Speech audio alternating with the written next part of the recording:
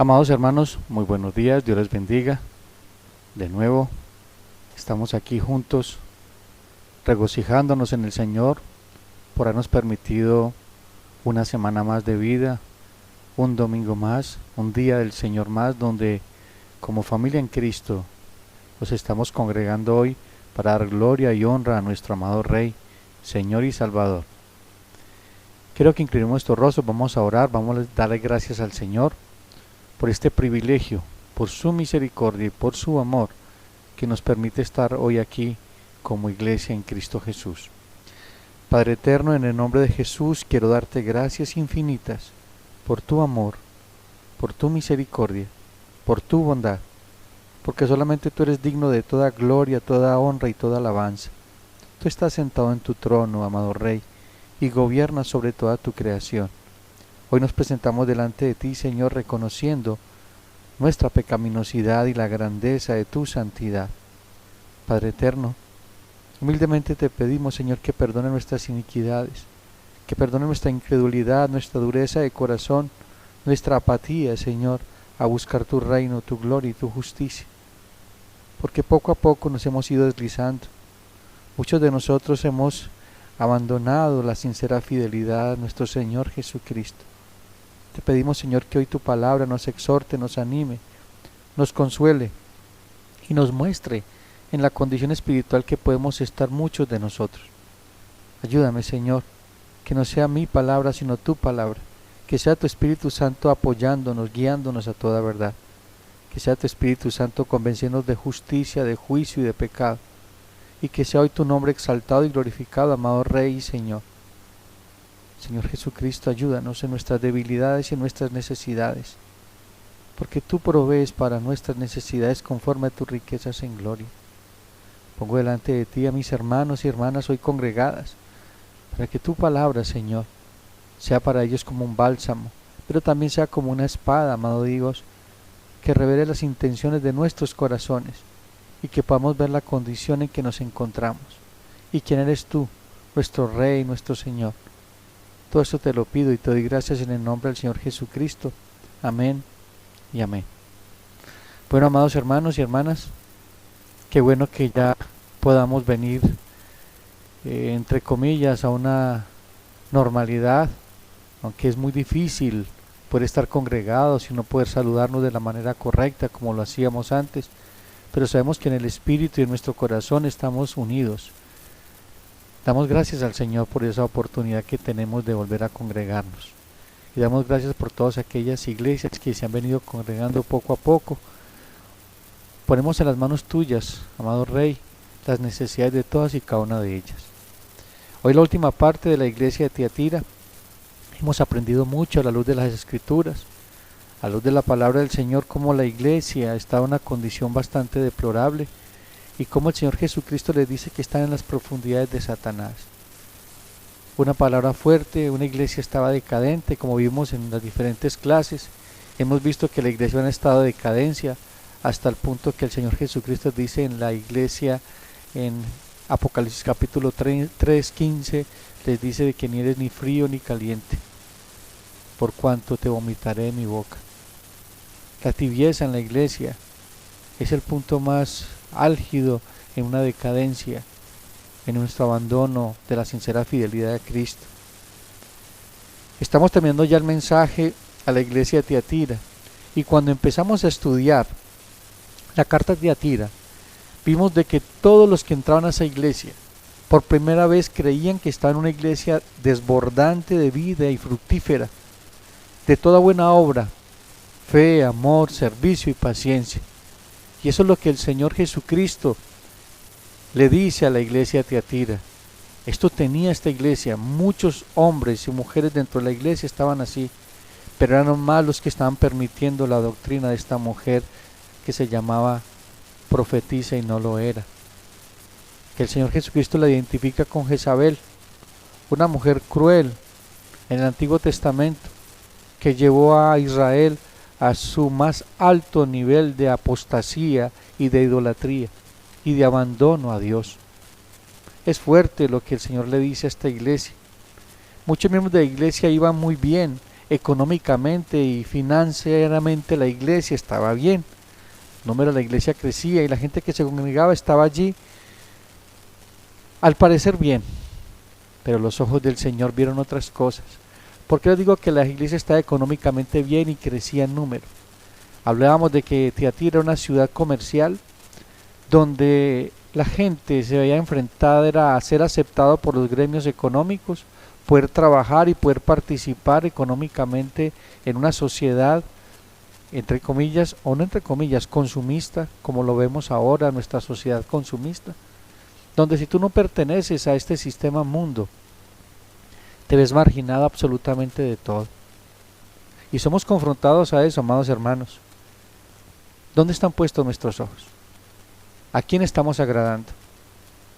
¿Quién creemos nosotros que es nuestra provisión? Pensamos que nuestra dependencia es de nuestro trabajo, del dinero que tenemos en el banco. Lo pudimos observar en 5 meses, casi 6 meses de confinamiento, donde muchos de nosotros vimos la provisión de Dios, donde el Señor siempre y sigue siendo fiel y será fiel por la eternidad. Y hubo provisión para todos y cada uno de nosotros, y damos gracias al Señor por eso. La iglesia pensaba que estaba bien, pero no era así. El detalle está en que el Señor Jesucristo resucitado puede ir más allá del disfraz exterior y llama a esta mujer, Jezabel, al arrepentimiento y a todos aquellos que están siguiendo esa doctrina que estaba llevando a la iglesia a abandonar la sincera fidelidad a Cristo.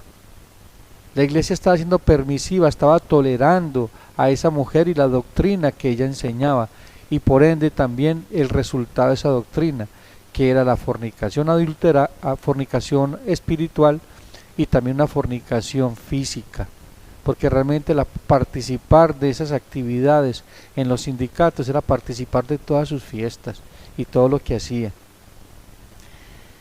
Llama a la mujer al arrepentimiento y a todos aquellos que estaban con ellos, y como estudiamos en la última clase, ella no quiso hacerlo. ¿Por qué? Porque amaba más su pecado. Pudimos identificar de que esta mujer, Jezabel, no era creyente. Si hubiese sido creyente, créeme, hermano, que hubiera procedido al arrepentimiento. Pero no fue así, no fue así. Y vimos también el juicio de Dios que vino sobre ella. Hablamos de que, según el estudio que hicimos en la última clase, es que Dios la arrojaría en cama, a una gran tribulación en la cama, o sea, era una enfermedad angustiosa, donde esta mujer desearía morir, pero no hallaba la muerte. Dolor y más dolor. La paga del pecado es muerte, amado hermano y amada hermana. No juguemos con él, ni lo acariciemos, ni toleremos el pecado en nuestra vida. Nosotros como creyentes nacidos de nuevo no practicamos el pecado. Claro está que hay pecado remanente en nuestra vida, y es la lucha que todos los días nosotros libramos con nosotros mismos, que es nuestro primer enemigo, con los deseos de los ojos y la vanagloria de la vida. Esa es la lucha que tenemos todos los días como creyentes. El Señor extiende su misericordia. Veíamos cómo el Señor tan bueno y misericordioso, al ver aún incluso lo que hacía esta mujer, le dice que se arrepienta. Su gracia quería mostrarle a Dios su misericordia, pero ella no quiso. Esa gracia tenía que llevar al arrepentimiento, pero ella no quiso. Su corazón estaba endurecido y entenebrecido por la maldad, porque estaba en las profundidades de Satanás. Ayúdanos, Señor, a no llegar a ese punto. Ayúdanos, Señor, que si en nuestra vida hay decadencia espiritual, podamos volver de nuevo de la provincia apartada a tener una relación y comunión contigo, amado Señor Jesús. Quiero que vayamos a las Escrituras. Apocalipsis capítulo 2, versículo 18. Apocalipsis capítulo 2, versículo 18, y leemos hasta el 29. El mensaje a Tiatira. Y escribe al ángel de la iglesia en Tiatira, el Hijo de Dios, el que tiene ojos como llama de fuego y pies semejantes al bronce bruñido, dice esto: yo conozco tus obras, y amor, y fe, y servicio, y tu paciencia, y que tus obras postreras son más que las primeras. Pero tengo unas pocas cosas contra ti, que toleras que esa mujer Jezabel, que se dice profetiza, enseñe y seduzca a mis siervos a fornicar y a comer cosas sacrificadas a los ídolos, y le he dado tiempo para que se arrepienta, pero no quiere arrepentirse de su fornicación. He aquí, yo la arrojo en cama, y en gran tribulación a los que con ella adulteran, si no se arrepienten de las obras de ella, y a sus hijos heriré de muerte, y todas las iglesias sabrán de que yo soy el que escudriña la mente y el corazón, y os dará cada uno según vuestras obras. Pero a vosotros y a los demás que están en Tiatira, a cuantos no tienen esa doctrina y no han conocido lo que ellos llaman las profundidades de Satanás, yo os digo, no os impondré otra carga, pero lo que tenéis retenerlo hasta que yo venga. Al que venciere y guardare mis obras hasta el fin, yo le daré autoridad sobre las naciones, y la regirá con vara de hierro, y serán quebradas como vaso de alfarero. Como yo también la he recibido de mi Padre, le daré la estrella de la mañana. Al que tiene oído, oiga lo que el Espíritu dice a la iglesia. Es la iglesia más pequeña con el mensaje más extenso. Podemos observar que hay un gran juicio y una gran reprensión de parte de Dios en contra de esta mujer y de las personas que toleran a esta mujer con sus enseñanzas. Veíamos en la última clase el problema tan delicado que ha traído esos falsos profetas dentro de la iglesia. Y hemos venido examinando y evaluando a la luz de la palabra qué tan necesario y qué tan importante es que la iglesia conozca al Dios que está adorando a través de su palabra. Es por eso que la iglesia bíblica establece un principio: sola escritura. La escritura gobierna la iglesia, dirige la iglesia, de la mano del Espíritu Santo. No yo pienso, yo creo, yo me imaginé, o es que Dios me dijo. Si no está en la escritura, no lo creas. Y aparte de eso, muchas veces usan la Biblia de una manera incorrecta, sacando de contexto para convertir en un pretexto una doctrina. Es por eso que la iglesia debe predicar expositivamente. La iglesia debe conocer teología sistemática, debe entender y conocer cómo se desarrolla el plan de salvación y quién es el Señor de la salvación y cómo esa salvación da gloria y honra a nuestro amado Dios. En la clase pasada quedamos con ese juicio tan fuerte que venía y que se ejecutó en contra de esa mujer porque no se arrepintió. Vamos a Apocalipsis 2:23. Y a sus hijos heriré de muerte, y a todas las iglesias sabrán de que yo soy el que escudriña la mente y el corazón, y os dará cada uno según vuestras obras. Allí quedamos. Todas las iglesias sabrán que yo soy el que escudriña la mente y el corazón. El Señor Jesucristo está hablando. Tan palpablemente será vista la mano de Dios en el castigo de Tiatira, que todas las iglesias reconocerán cómo obra Dios. ¿Y quién es Dios? ¿Y quién es el Señor Jesucristo, el dueño de la iglesia? Está diciendo que para que ellos vean de que Él escudriña la mente y el corazón. O sea, Dios evalúa la iglesia. Dios está mirando su iglesia, el Señor Jesucristo está mirando su iglesia. Y Él se pasea por la iglesia, y hoy el Señor Jesucristo, a través de su Espíritu Santo, está examinando nuestros corazones. Está examinando nuestra vida. ¿Qué tipo de cristianismo es el que estamos viviendo? ¿Qué tipo de padres somos? ¿Qué tipo de esposos somos? ¿Qué tipo de siervos somos? ¿Qué tipo de familia somos? Pero no podemos pretender, amado hermano y amada hermana, seguir viviendo un cristianismo tan deficiente, un cristianismo basado en ritos y en formas, no a través de una relación personal, íntima con nuestro Señor Jesucristo. Toda la iglesia lo reconocerá como la obra de Dios. El Señor dice: yo aquí les mostraré y sabrán de que yo soy Dios que escudriña la mente y los corazones del hombre. Está diciendo, no están solos. La iglesia no es guiada por hombres, ni por falsos profetas, ni por falsas enseñanzas, sino por el Señor de la iglesia. Él mismo dijo, yo edificaré mi iglesia. La iglesia es del Señor Jesucristo, y eso tiene que darnos seguridad y confianza de que Él está guiando nuestros pasos, de que Él está en control. Perdón. De que Él está en control, de que Él escudriña la mente y el corazón, de que Él no dejará que nos desviemos de nuestro camino hacia el cielo. Ahora el Señor usará este juicio como una advertencia para las demás iglesias, pues no había nada que pudiera ser oculto delante de sus ojos, y dará pago a cada uno según conforme a las motivaciones que dan resultado a obras. El Señor mira allá sus motivaciones, sus intenciones, sentimientos más profundos y afectos más ocultos. En su omnisciencia todo está al descubierto. Amado hermano, en la omnisciencia de Dios todo está descubierto. Por eso no nos engañemos a nosotros mismos. No nos engañemos a nosotros mismos, amado hermano. Quiero que vayamos a Jeremías 17, 9 al 10. ¿Cómo estaba el pueblo de Israel en esa época?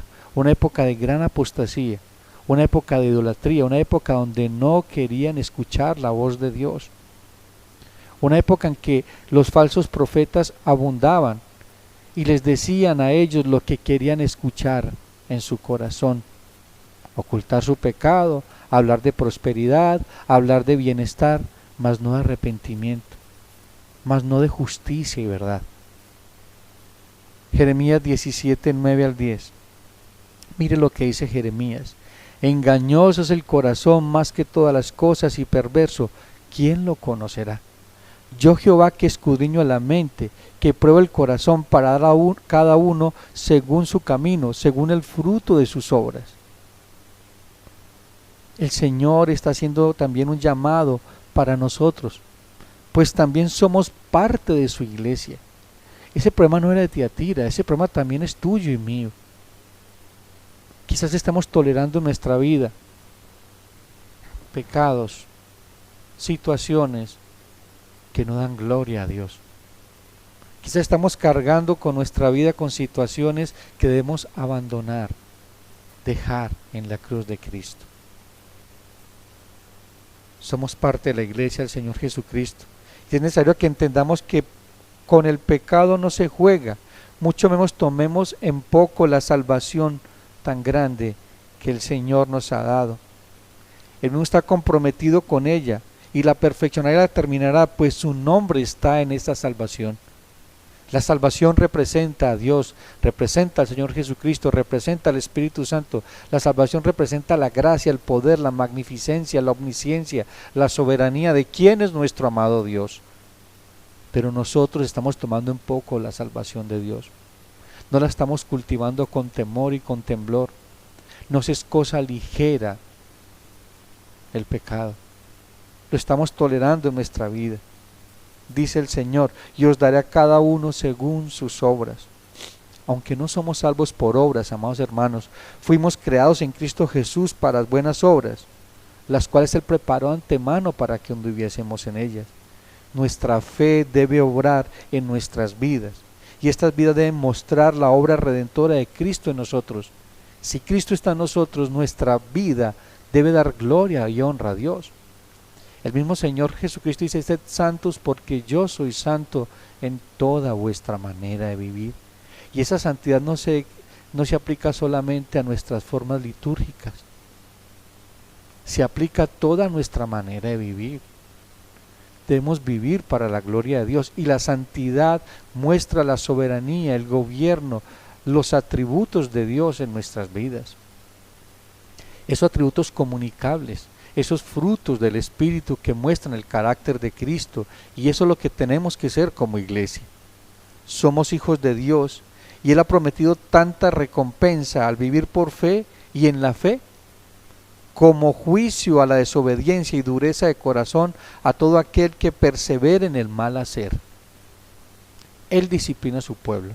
Y créeme, hermano, que si estás viviendo en pecado, si hay pecados ocultos en tu vida, vendrá la disciplina de Dios.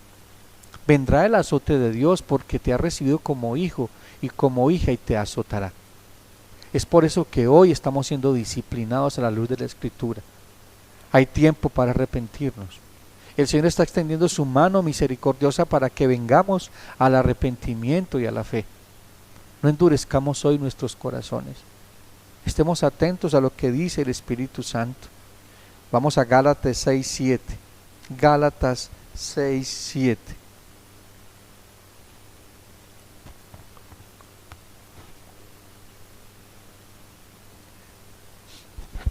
Gálatas 6:7. No os engañéis, Dios no puede ser burlado, pues todo lo que el hombre sembrare, eso también segará. Porque el que siembra para su carne, de la carne segará corrupción, mas el que siembra para el Espíritu, del Espíritu segará vida eterna.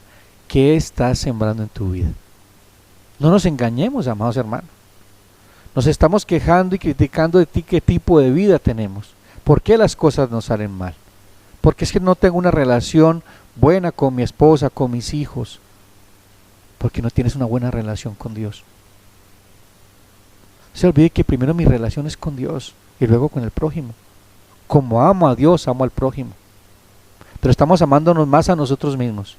Estamos amando más ese hombre interior, ese hombre pecaminoso, esos deseos de la carne, esos deseos de los ojos y vanagloria de la vida. Estamos siendo arrastrados por una corriente que nos llevará a una gran, pero gran pérdida. No os engañéis, Dios no puede ser burlado. Amado, Dios es Dios. Y lo veíamos ahora, Dios es soberano y es omnisciente.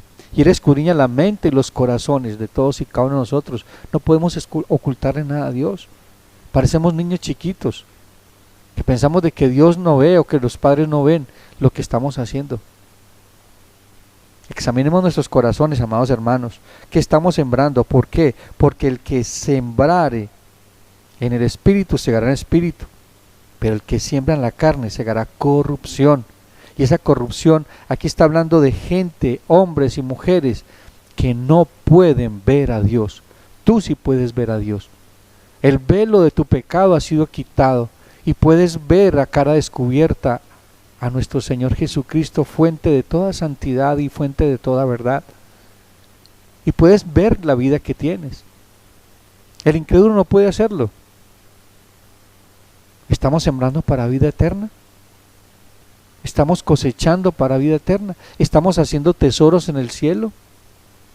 ¿Cómo estamos viviendo? Mire lo que dice Apocalipsis 20:11. Y todos estaremos allí, Apocalipsis 20:11, y leemos hasta el 12. Y vi un gran trono blanco, y al que estaba sentado en él. Delante de él, del cual huyeron la tierra y el cielo, y ningún lugar se encontró para ellos. Y vi a los muertos grandes y pequeños de pie ante Dios, y los libros fueron abiertos, y otro libro fue abierto, el cual es el libro de la vida. Y fueron juzgados los muertos por las cosas que estaban escritas en los libros según sus obras. Si tu nombre no está escrito en el libro de la vida, si hoy, amado hermano, amada hermana, o a las personas que nos visitan, realmente no han venido un arrepentimiento genuino, si realmente en sus vidas no hay fruto del Espíritu y si no hay un cambio de vida, si realmente quieren venir hoy en arrepentimiento y fe, la salvación está dispuesta para ti. El Señor está llamando a un pueblo santo y sin mancha. El Señor está llamando a hombres y mujeres fieles a su nombre, fieles a su llamado, fieles a su evangelio. Porque vendrá un juicio y todos compareceremos. Todos compareceremos. Dice que el libro de la vida, tu nombre y mi nombre está escrito en el libro de la vida, y es por eso que el Señor te está llamando hoy a que examines tu vida, a que evalúes tu vida. No es que la salvación se pierda, porque si eres salvo, Dios está comprometido con esa salvación, y la salvación es de Dios, pero esa salvación tiene que producir frutos dignos de arrepentimiento, obras que glorifiquen el nombre del Señor, obras que testifiquen de la fe que profesamos. Pero no hay otra manera, no hay otra manera. Segunda de Corintios 5:10 dice, porque es necesario que todos nosotros comparezcamos ante el tribunal de Cristo, para que cada uno reciba según lo que haya hecho mientras estaba en el cuerpo, sea bueno o sea malo. Ese es el Big Mac. Allí no será juzgada la salvación, pero sí darán coronas y galardones. Muchos quizás pasarán sin pena ni gloria.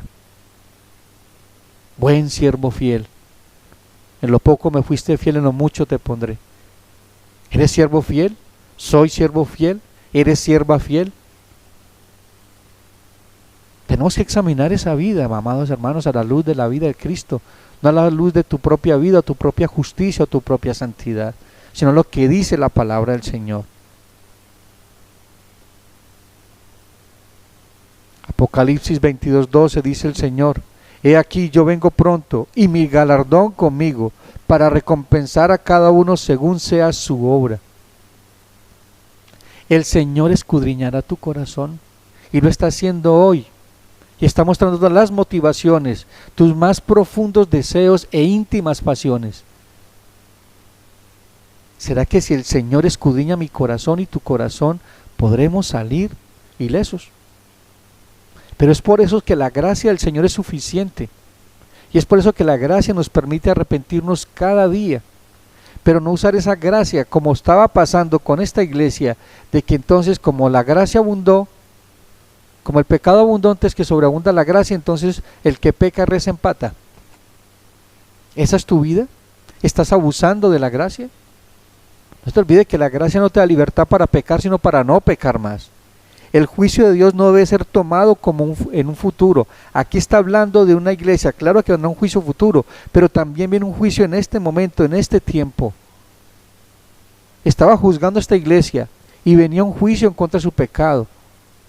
El Señor te llama hoy al arrepentimiento. Es un juicio también presente como una intervención divina en la santificación de todos y cada uno de nosotros como creyentes. Hoy el Señor está santificando a su iglesia a la luz de su palabra. En Juan 17 el Señor dijo: santifícalos en tu verdad, porque tu palabra es verdad. Hoy estamos siendo confrontados a la luz de la Escritura, y tenemos que tomar decisiones a la luz de la palabra, no a la luz de mis intenciones o motivaciones. Pero es necesario que todos y cada uno de nosotros examinemos nuestra vida. Somos creyentes. La justicia retributiva es una realidad dentro de la esfera del reino celestial. Esa justicia retributiva. Dios no puede ser burlado. Lo que el hombre siembra, eso cosecha. Lo que estás viviendo hoy es lo que cosechaste ayer. Mira que estás sembrando en el corazón de tu esposa, de tus hijos, de tu padre, de tu madre, de tu familia, de tus hermanos en la fe. No esperes cosechar paz si estás sembrando tormentas. No esperes cosechar amor si estás sembrando odio, resentimiento, maltrato físico, maltrato psicológico. No esperes recibirlo, amado hermano. Personas que nos visitan hoy, examinen sus vidas a la luz de la Escritura. Hoy el Señor está hablando a sus corazones, y ruego al Señor Jesucristo que les conceda el don del arrepentimiento, y que puedan ver la realidad y la condición espiritual en que se encuentran. El Señor hace un llamado a cambiar de manera de pensar acerca del pecado. Apocalipsis 2:24. Apocalipsis 2:24. Pero a vosotros y a los demás que están en Tiatira, a cuantos no tienen esa doctrina y no han conocido lo que ellos llaman las profundidades de Satanás, yo os digo, no os impondré otra carga. Dentro de la iglesia habían personas que se habían mantenido firmes en sus convicciones, aunque toleraban y no tomaban acciones correctivas, pues quizás ellos no estaban conscientes del peligro de esa falsa doctrina. Amado, el pecado te destruye. No hay pecado pequeño. Las pequeñas zorras echan a perder las cosechas. Es por eso que tenemos que ser conscientes nosotros acerca de la seriedad del pecado. El pecado es tan serio que Dios ejecutó a su propio Hijo. El pecado es tan serio que te lleva al infierno. El pecado es tan serio es que en la eternidad futura Si no vienes en arrepentimiento y fe, si no vives a la luz de la Escritura, en obediencia, amor a esa palabra y al Señor de la palabra, arderás en el infierno eternamente. Esto es serio. Se trata de tu salvación, se trata de tu eternidad. ¿Dónde pasarás la eternidad? ¿Estás consciente de eso? Pero como no estamos conscientes de la seriedad del pecado y lo hemos llamado errores y errores de humanos, y nos justificamos con eso, no, el pecado no es un error. El pecado atenta en contra de la santidad de Dios, atenta en contra de su trono, atenta en contra de sus atributos, de su santidad, de su nombre.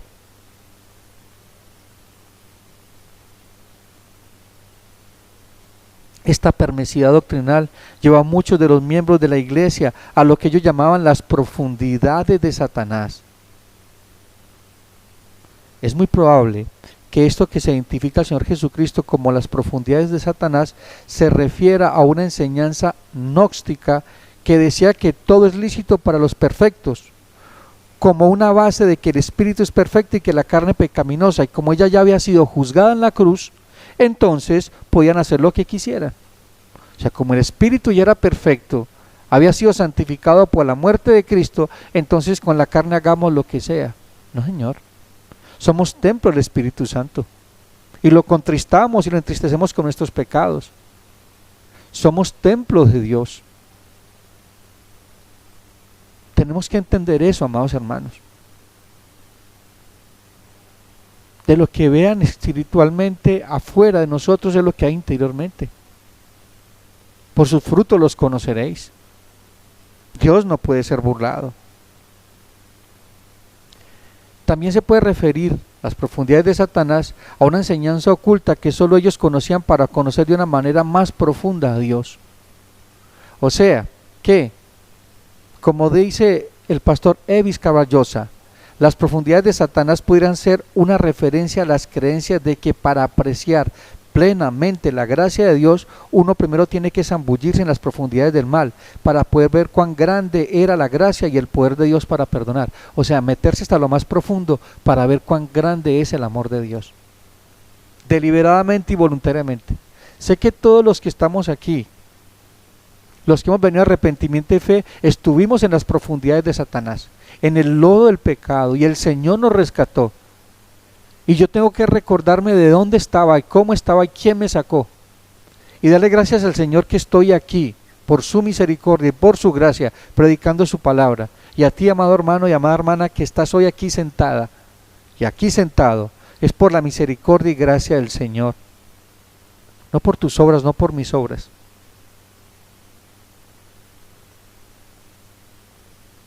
Estamos muertos al pecado. Amados, estamos muertos al pecado. Romanos 6, 1 al 4 dice la palabra del Señor. ¿Qué pues diremos? ¿Perseveraremos en el pecado para que la gracia abunde? Y eso es lo que ellos habían tomado. Mire, sacaron de contexto un texto para volver un pretexto una doctrina. En ninguna manera. Porque los que hemos muerto al pecado, ¿cómo viviremos aún en él? O sea, vivir, cohabitar, practicar, ejecutar. ¿No sabéis que todos los que hemos sido bautizados en Cristo Jesús hemos sido bautizados en su muerte? Porque somos sepultados juntamente con él para muerte por el bautismo, a fin de que como Cristo resucitó a los muertos por la gloria del Padre, así también nosotros andemos en una vida nueva. Andar es vivir una vida nueva, es practicar la vida de Cristo en cada momento, en cada circunstancia en nuestras vidas, es accionar el fruto del Espíritu, es vivir en el Espíritu, es vivir lleno del Espíritu Santo. ¿Y qué es esa llenura? Es llenura de la palabra del Señor, sometiéndonos a esa palabra en compañerismo con el Espíritu Santo. Porque los que sembramos en el Espíritu y vivimos en el Espíritu, vivimos en gozo, paz y contentamiento. Porque el reino de los cielos no es justicia ni paz, perdón, el reino de los cielos no es ni comida ni bebida, sino justicia, paz y gozo en el Espíritu. En contraste a esto, algunos miembros de la iglesia de Tiatira, sabiendo este texto, Los cristianos fieles de Tiatira difícilmente se dejarían seducir ante la descarada invitación de conocer las profundidades de Satanás.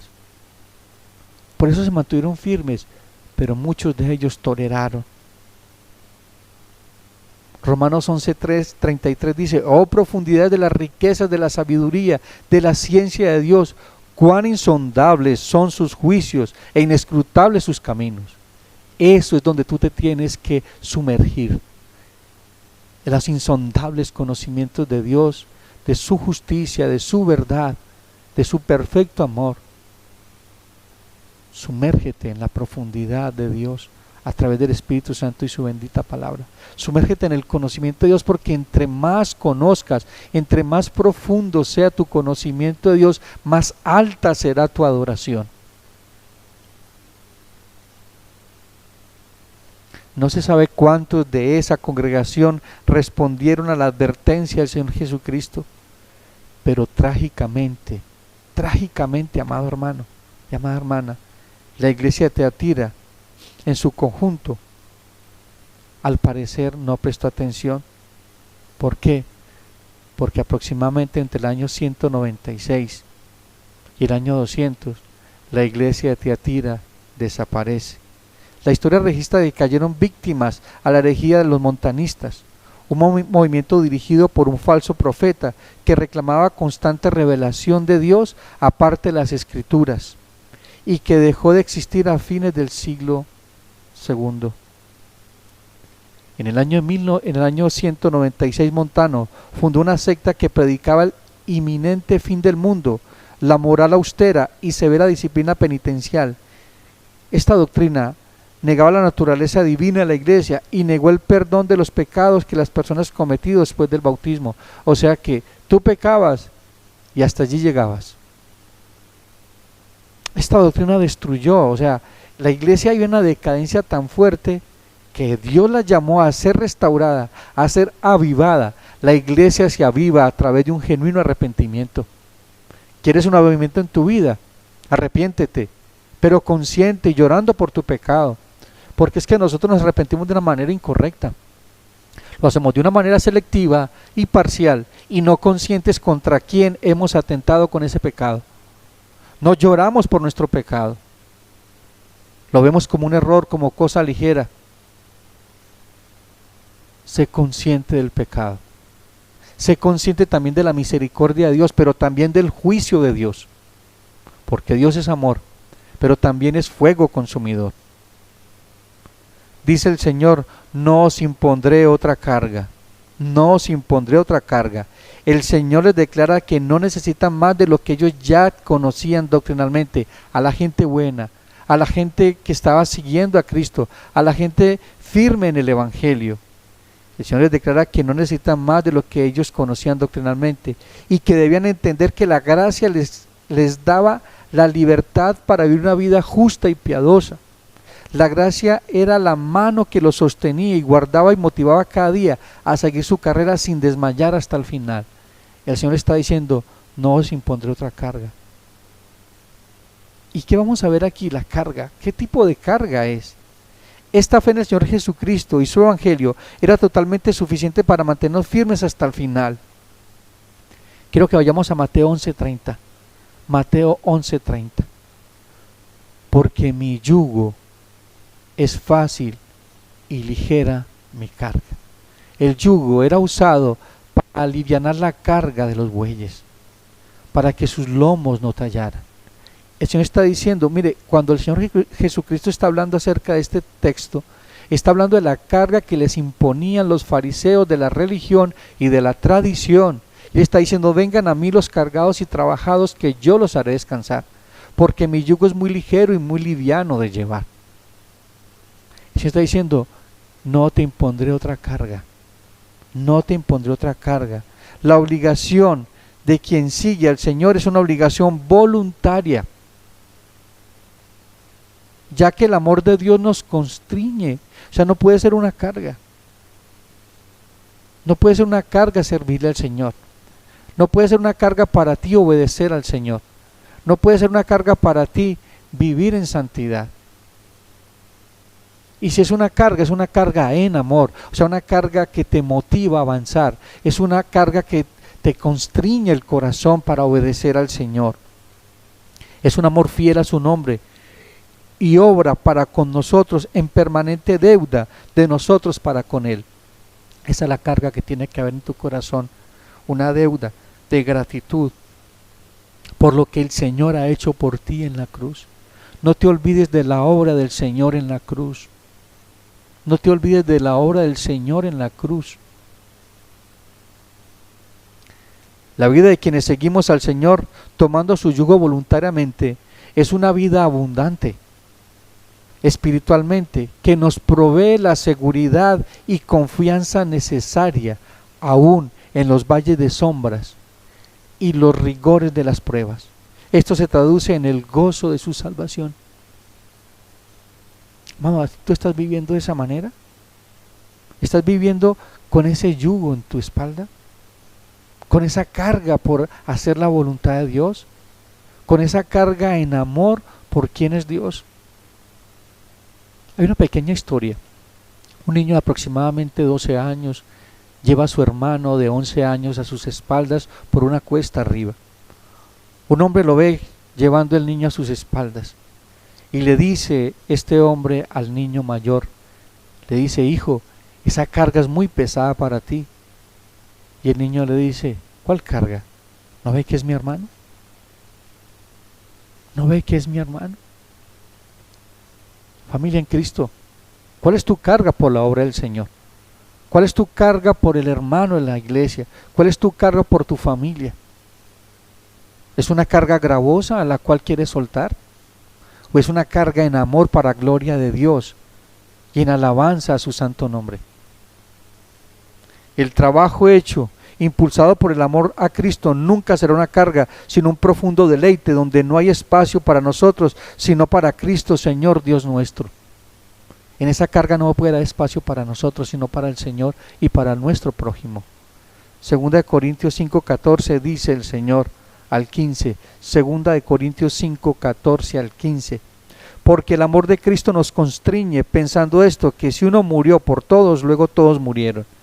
Y por todos murió para que los que viven ya no vivan para sí, sino para aquel que murió y resucitó por ellos.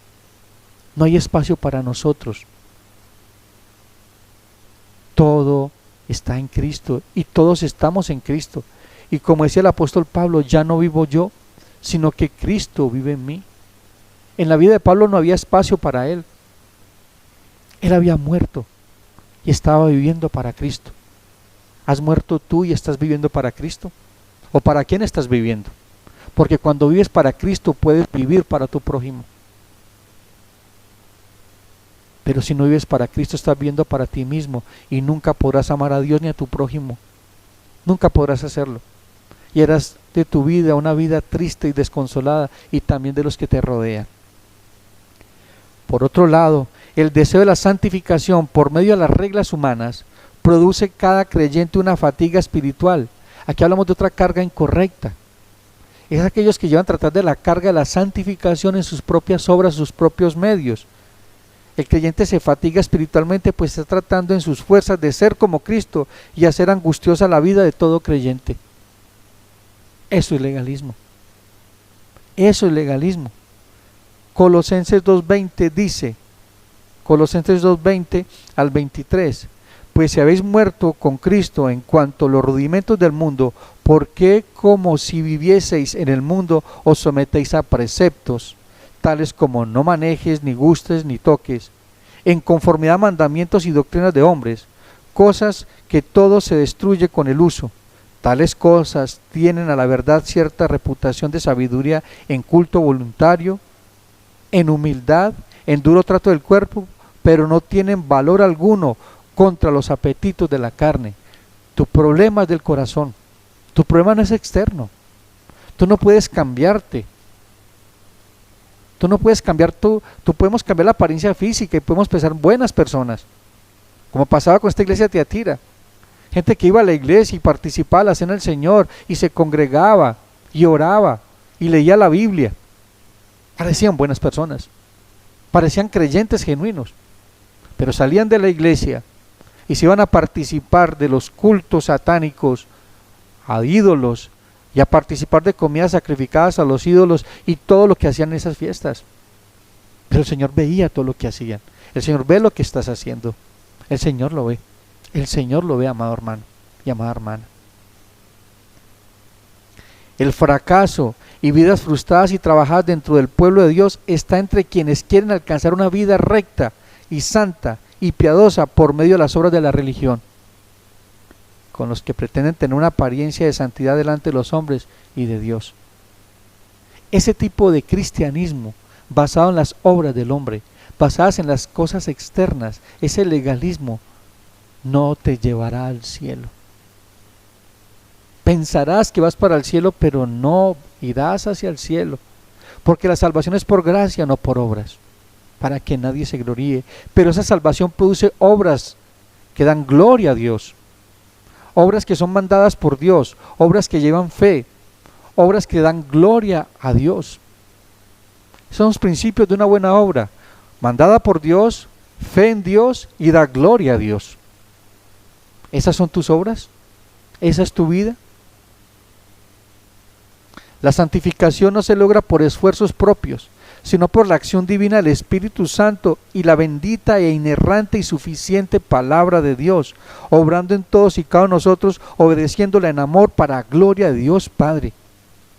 Les leo de nuevo, amado hermano, la santificación no se logra por esfuerzos propios, sino por la acción divina del Espíritu Santo y la bendita e inerrante y suficiente palabra de Dios, obrando en todos y cada uno de nosotros, obedeciéndola en amor para la gloria de Dios Padre.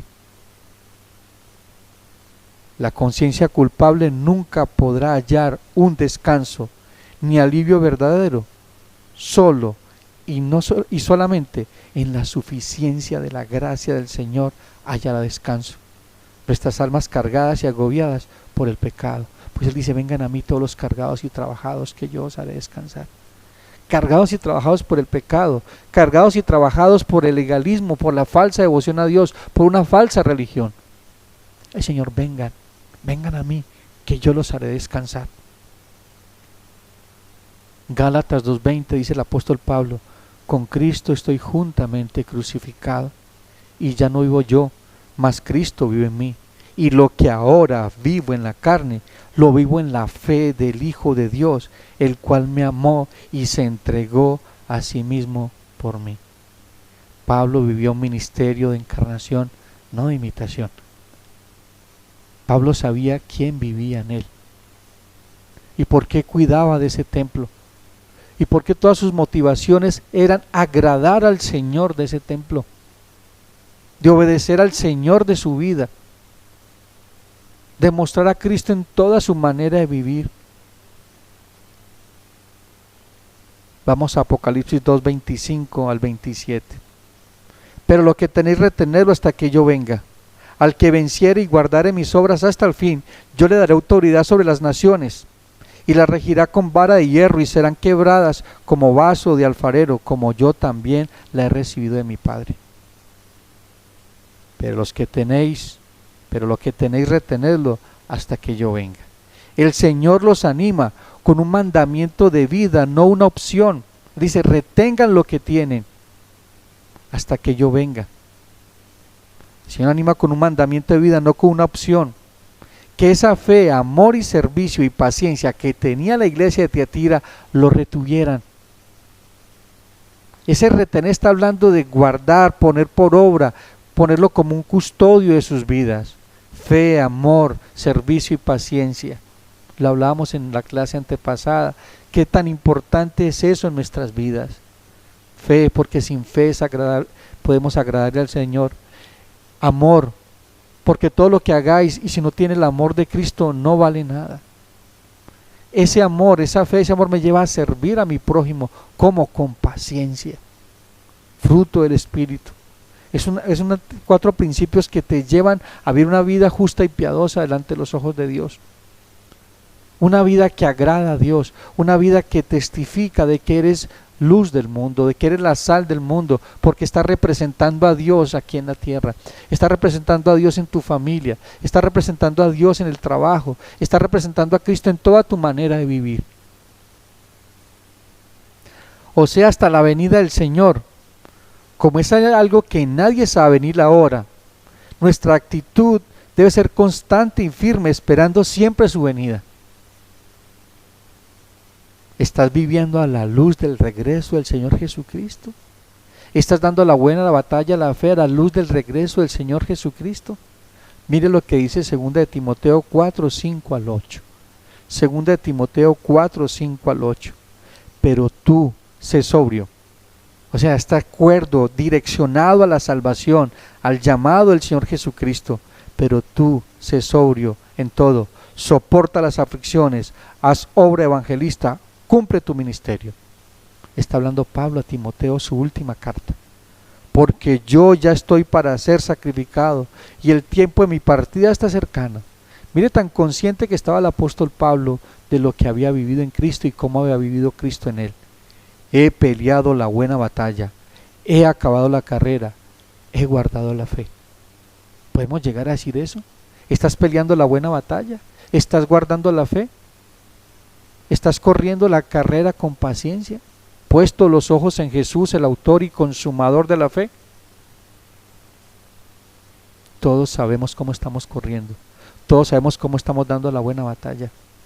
Todos sabemos qué tipo de fe tenemos.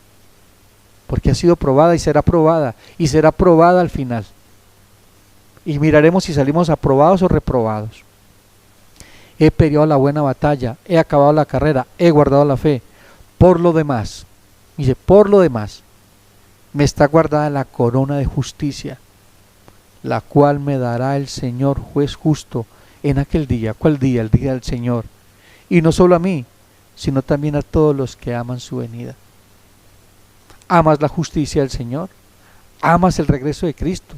No se les olvide, amados hermanos, que cuando participamos de la cena del Señor, su muerte anunciamos, pero también su regreso. O sea, estamos viviendo de acuerdo al sacrificio de Cristo y estamos conscientes del regreso del Señor Jesucristo en nuestra manera de vivir, de pensar, de actuar. Apocalipsis 2:26. Al que venciere y guardare mis obras hasta el fin, yo le daré autoridad sobre las naciones. De nuevo nos encontramos con las promesas para aquellos valientes que están dando la buena batalla a la fe. No se le olvide, amado hermano, que tienes que ser valiente, no un cobarde. La lista de aquellos que entrarán al infierno son los cobardes. Son los cobardes. ¿Eres un cobarde? ¿Eres una cobarde? ¿O eres una mujer valiente y esforzada? ¿O eres un hombre valiente y esforzado que está dando la buena batalla a la fe? Cada día y en cada momento, en cualquier área de tu vida, debemos descansar en la suficiencia de la gracia de Dios en Cristo, por quien somos más que vencedores. Pero esa gracia tiene que motivarte todos los días a obedecer. Esa gracia tiene que motivarte todos los días a darle gracias a Dios en todo, a vivir en contentamiento, a amar la venida del Señor Jesucristo y vivir de acuerdo a esa venida. Aquí hay un término muy particular, ya que no nos dice a los que vencieren, sino al que venciere.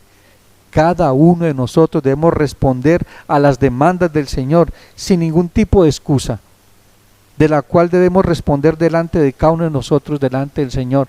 Muchos ponen excusas para no vivir en santidad, muchos ponen excusas para no perdonar, muchos ponen excusas y excusas y excusas. Pues te cuento una cosa, amado hermano, que esas excusas, si dejas que se apoderen de ti, te vas a apartar de la sincera fidelidad de Cristo y no vas a vivir una vida de obediencia, una vida que agrade al Señor. El vencedor es obediente, pues es la clave para una victoria total en la buena batalla. La obediencia es la muestra más grande del amor de nosotros para con el Señor. El que dice que me ama, guarda mis mandamientos. El verbo en el original que tiene que ver con atesorar, guardar celosamente, lo que indica de que el vencedor pone firmemente en su corazón las demandas del Señor, las cuales gobiernan su vida en todo momento y en toda situación. ¿Esa es tu vida? ¿Esa es mi vida? Nos examinamos hoy. Y hoy estamos aquí los que el Señor ha convocado a escuchar esta palabra, y aquellos que nos ven por internet, que no pudieron venir al culto. Pero el Señor está examinando tus corazones.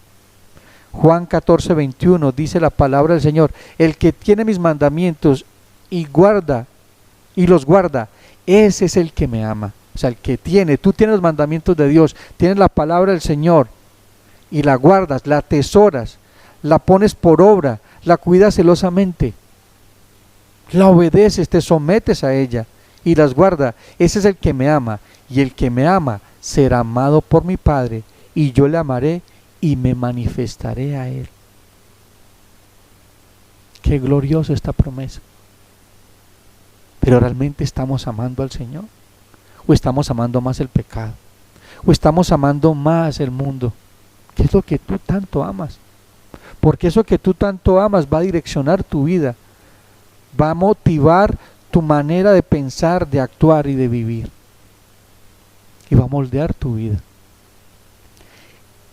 Luego les dice: el derecho de gobierno que le fue dado al Señor, dado por Dios, nos lo comparte como coherederos de su gracia, no por nuestros méritos, sino por los méritos del Señor Jesucristo. Esto es glorioso, hermano. Esto es increíble, poder asimilar estas promesas, pues nos alcanzamos a recibir. Mire, recibimos la herencia, somos coherederos con Cristo. Lo hemos recibido de Cristo porque el Señor Jesucristo lo recibió del Padre. Todos y cada uno de nosotros lo recibimos es por gracia, no por obras. Según de Timoteo 2:11-13 dice el apóstol Pablo: palabra fiel es esta, o sea, palabra fiel es esta: si somos muertos con Él, también viviremos con Él. Si sufrimos, también reinaremos con Él. Si le negáremos, Él también nos negará. Si fuéramos infieles, Él permanece fiel y no puede negarse a sí mismo. Ese es nuestro Dios. Reinaremos con Él si sufrimos con Él. La vida del cristianismo no es de playa, brisa y mar. En el mundo tendréis aflicción, pero confiad, yo he vencido el mundo. Va a haber tribulación, va a haber pruebas. Empezando que tienes una lucha contigo mismo y contigo misma. Y eso no va a ser nada fácil. Pero si como creyentes descansamos en los méritos de Cristo y en la suficiencia de su salvación, de su gracia, podemos vivir una vida más que vencedores. Aunque haya tribulación, aunque hayan pruebas, aunque haya momentos difíciles, no se les olvide que la salvación trae con ella la presencia de Dios en tu vida. Es Dios mismo morando en ti y en mí, a través del Espíritu Santo. ¿Qué compañerismo tienes con el Espíritu Santo? ¿Estamos viviendo realmente en el Espíritu? Apocalipsis 5:9-10 dice el Señor: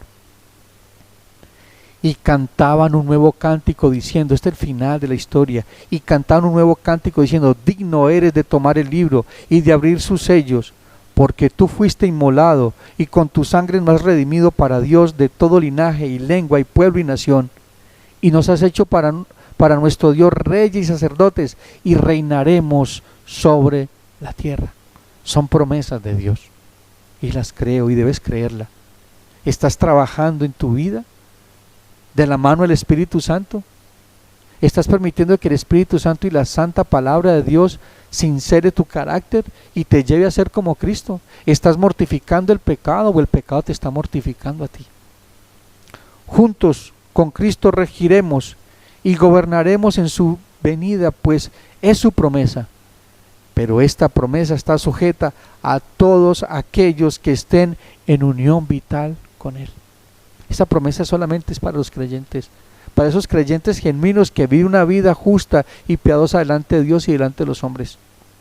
El Señor es justo juez soberano, y con esa misma autoridad que le fue dada, destruirá a todos aquellos que se opusieron a su reino. Salmo 2:9, y lo leemos hasta el 12. Los quebrantará con vara de hierro, como vasijas de alfarero los desmenuzará. Ahora pues, oh reyes, sed prudentes, admitid amonestación, jueces de la tierra. Servid a Jehová con temor y alegraos con temblor. Honrad al Hijo para que no se enoje y perezcáis en el camino, pues se inflama de pronto su ira. Bienaventurados todos los que en Él confían. ¿En cuál de esta escala tú estás? ¿Estás confiando en Dios? Y eres bienaventurado. Pero esa confianza habla de dependencia, de obediencia. Habla de sometimiento a Dios. Apocalipsis 2, 28 y 29.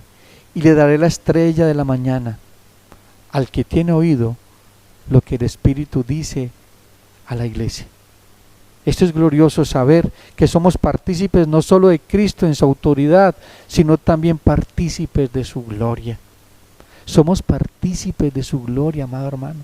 Por eso nosotros reflejamos la gloria de Dios. ¿La estás reflejando? Si no estás haciendo, no estás siendo partícipe de la gloria de Dios en Cristo. Somos el reflejo de la gloria de Dios, como lo es el Señor Jesucristo.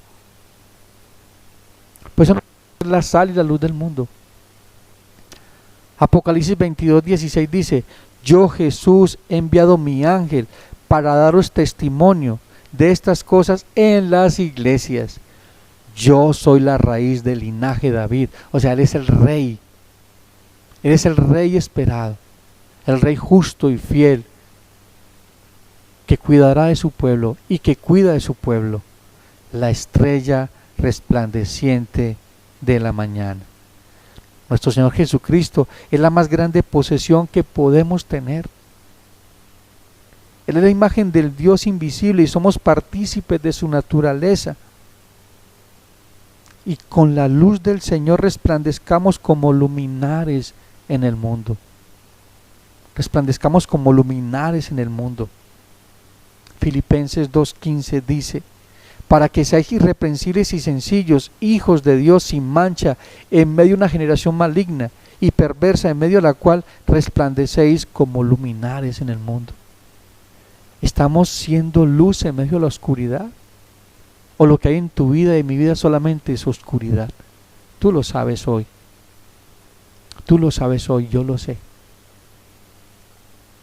Daniel 12:3 dice, Daniel 12:13, está hablando del tiempo final desde el Antiguo Testamento. Dice: los entendidos, o sea nosotros, resplandecerán como el resplandor del firmamento, y los que enseñan la justicia a la multitud como las estrellas de perpetua eternidad. Cada vez que tú y yo estamos viviendo a Cristo y predicando a Cristo, estamos iluminando el mundo con la luz de Cristo, con la luz de la eternidad justa y perfecta de Dios, para que el hombre proceda al arrepentimiento. Apocalipsis 2:29. El que tiene oído, oiga lo que el Espíritu dice a las iglesias. Este mismo acento acerca de escuchar y actuar en consecuencia a lo que hemos oído. No podemos quedarnos inmóviles a lo que estamos escuchando. El que tiene oído para oír, que oiga. Estando en un oído espiritual. Porque el hombre natural no puede discernir las cosas espirituales, y aquí estamos hablando de cosas espirituales. Si tú has nacido de nuevo, si tú eres un creyente que has venido de arrepentimiento y fe, debes escuchar la voz de Dios, puedes escucharla, no te niegues a escucharla, y toma decisiones con base a lo que es escuchar la luz de la palabra. Santiago 1:22 dice, al 25, y con esto terminamos: pero sed hacedores de la palabra y no tan solamente oidores, engañando a vosotros mismos. Como tú escuchas, debes obedecer, o si no serás un oidor olvidadizo, y créeme que no tendrás parte en el reino de los cielos. Porque Dios no llevará a su reino oidores sino hacedores. Pero sed hacedores de la palabra y no tan solamente oidores, engañando a vosotros mismos. Porque si alguno es oidor de la palabra, pero no hacedor de ella, este es semejante al hombre que se considera un espejo su rostro natural. Porque el que se considera a sí mismo y se va y luego se olvida cómo era. Mas el que mira atentamente en la perfecta ley de la libertad, escucharon, perfecta ley de la libertad, no libertad para pecar, sino para amar a Dios, para obedecer al Señor, para servirle al Señor a través de nuestro prójimo. Mas el que mira atentamente en la perfecta ley de la libertad y persevera en ella, no siendo oidor olvidadizo, sino hacedor de la obra, este será bienaventurado en lo que hace. Qué texto tan hermoso. Y el gran problema nosotros como iglesia es que escuchamos la palabra del Señor, pero no la ponemos por obra. Somos oidores olvidadizos. Les garantizo que muchos saldrán de aquí hoy